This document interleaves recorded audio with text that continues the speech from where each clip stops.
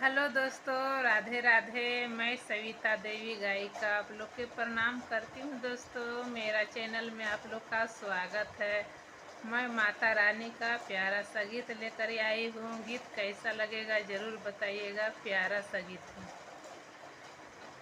मतु कानो मातु खीजू मैया मोरी शीतली है, यहे बगले में हा कोई मैया झरिया बजा रहे, यहे बगले में हा कोई मैया झरिया बजा रहे, यहे चुनरी मांगए ओए मैया चुनरी लहरेदार है, यहे चुनरी मांगई ओए मैया चुनरी लहरेदार है, यहे लहंगा मांगई ओए मैया लहंगा गोटेदार है, यहे लहंगा मांगई ओए मैया लहंगा गोटेदार है, यहे पेन्हिए ओढ़िए मैया हो जइहा तैयार है,